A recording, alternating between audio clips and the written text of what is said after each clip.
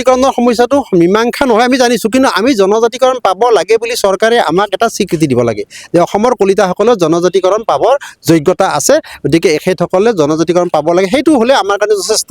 কিন্তু সেইটো যদি নিদিয়ে তেতিয়াহ'লে কিন্তু আমি চৰকাৰক আগন্তুক নিৰ্বাচনত মানে এই অধিৱেশনখনত আমি এটা সিদ্ধান্ত ল'ম যে কলিতাসকলৰ সমস্যা কলিতাসকলে সমাধান কৰাৰ কাৰণে আগবাঢ়ি আহিব। যদিহে আমি 31 জানুৱাৰীৰ ভিতৰত একো সমাধান নাপাওঁ অসম চৰকাৰৰ পৰা, তেতিয়াহ'লে কলিতাসকলৰ সমস্যা কলিতাসকলে সমাধান কৰাৰ কাৰণে আগবাঢ়ি আহিব। অকল জনজাতিকৰণে নহয়, আমি জনজাতিকৰণটো আমাক লাগিবই, তাৰোপৰি আমি মাটিৰ সমস্যা, ভূমিৰ সমস্যা, কলিতাসকলৰ এতিয়া আটাইতকৈ প্ৰধান সমস্যাটো হৈছে ভূমিৰ সমস্যা। 7খন অট'নমাছ কাউন্সিলত কলিতাসকলৰ ভূমিৰ অধিকাৰ নাই। এই কথাটো আমি চৰকাৰক মানে কেইবাবাৰো আমি জনাইছোঁ, ইতিমধ্যে আমি তাত কি কি অসুবিধাত আমাৰ ভুগি আছে এই 7খন অট'নমাছ কাউন্সিলত, এইবোৰ তথ্য সহকাৰে আমি চৰকাৰৰ ওচৰত দাখিল কৰিছোঁ।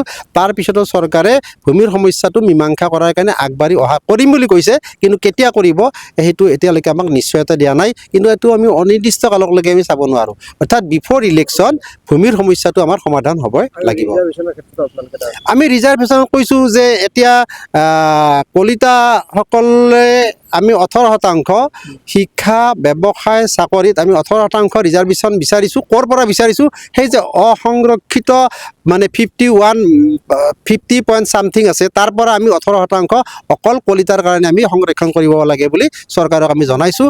আৰু আপোনালোকৰ মাধ্যমেৰে পুনৰবাৰ আমি চৰকাৰক আজি এই মানে বিদ্যালয় প্ৰাংগণৰ জৰিয়তে ক'ব বিচাৰিছোঁ যে আপোনালোকে এই আটাইকেইটা বিষয়, বিশেষকৈ এই 4টা বিষয়, এটা হৈছে জনজাতিকৰণৰ বিষয়টো, দ্বিতীয়টো হৈছে আমাৰ ভূমিৰ সমস্যাটো, তৃতীয়তে হৈছে আমাৰ সংৰক্ষণৰ বিষয়টো, আৰু চতুৰ্থতে হৈছে আমি এখন প্ৰাগজ্যোতিষপুৰ নামেৰে কলিতা স্বায়ত্তশাসিত পৰিষদ বিচাৰি আছোঁ।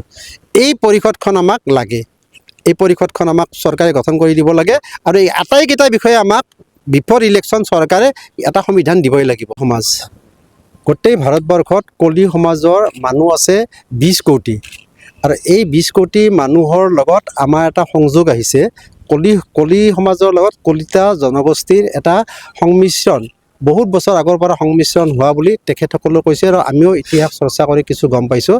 গতিকে তেখেতসকলে আমাৰ যিবোৰ সমস্যা, এই সমস্যাবোৰ দিল্লীত বিশেষকৈ প্ৰধানমন্ত্ৰী নৰেন্দ্ৰ মোদী ডাঙৰীয়া আৰু অমিত শ্বাহ ডাঙৰীয়াক তেখেতসকলে আমাৰ বিষয়টো অৱগত অলৰেডি কৰাইছে, আৰু আমাৰ এই অধিৱেশনৰ পিছতে তেখেতসকলে মাননীয় মুখ্যমন্ত্ৰীক অৱগত কৰাব, আৰু প্ৰধানমন্ত্ৰী নৰেন্দ্ৰ মোদীকো আমাৰ জৰিয়তেদি অৱগত কৰাব বুলি আমাক কথা দিছে।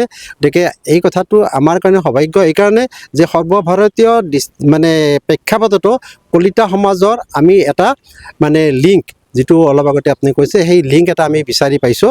গতিকে এই লিংকটোৰ জৰিয়তেদি আমি ভাবোঁ যে অসমৰ কলিতাসকলেও এটা সময়ত সমগ্ৰ ভাৰতবৰ্ষৰ যি নেতৃত্ব আছে, এই নেতৃত্বত কলিতা সমাজো তাত অংশ ল'ব বুলি আমি আপোনালোকৰ মাধ্যমেৰে অসমৰ ৰাইজক ক'ব বিচাৰিছোঁ। মানে আপোনালোকৰ দীৰ্ঘদিনীয়া যিবোৰ সমস্যা আছিল, আমাৰ অসম চৰকাৰৰ লগত কেইবাবাৰো আলোচনা হ'ল। মুখ্যমন্ত্ৰী ডাঙৰীয়াই আমাক 27 নৱেম্বৰত কেইটামান কথা কৈছিলে, কিন্তু এই কথাকেইটা কাৰ্যকৰী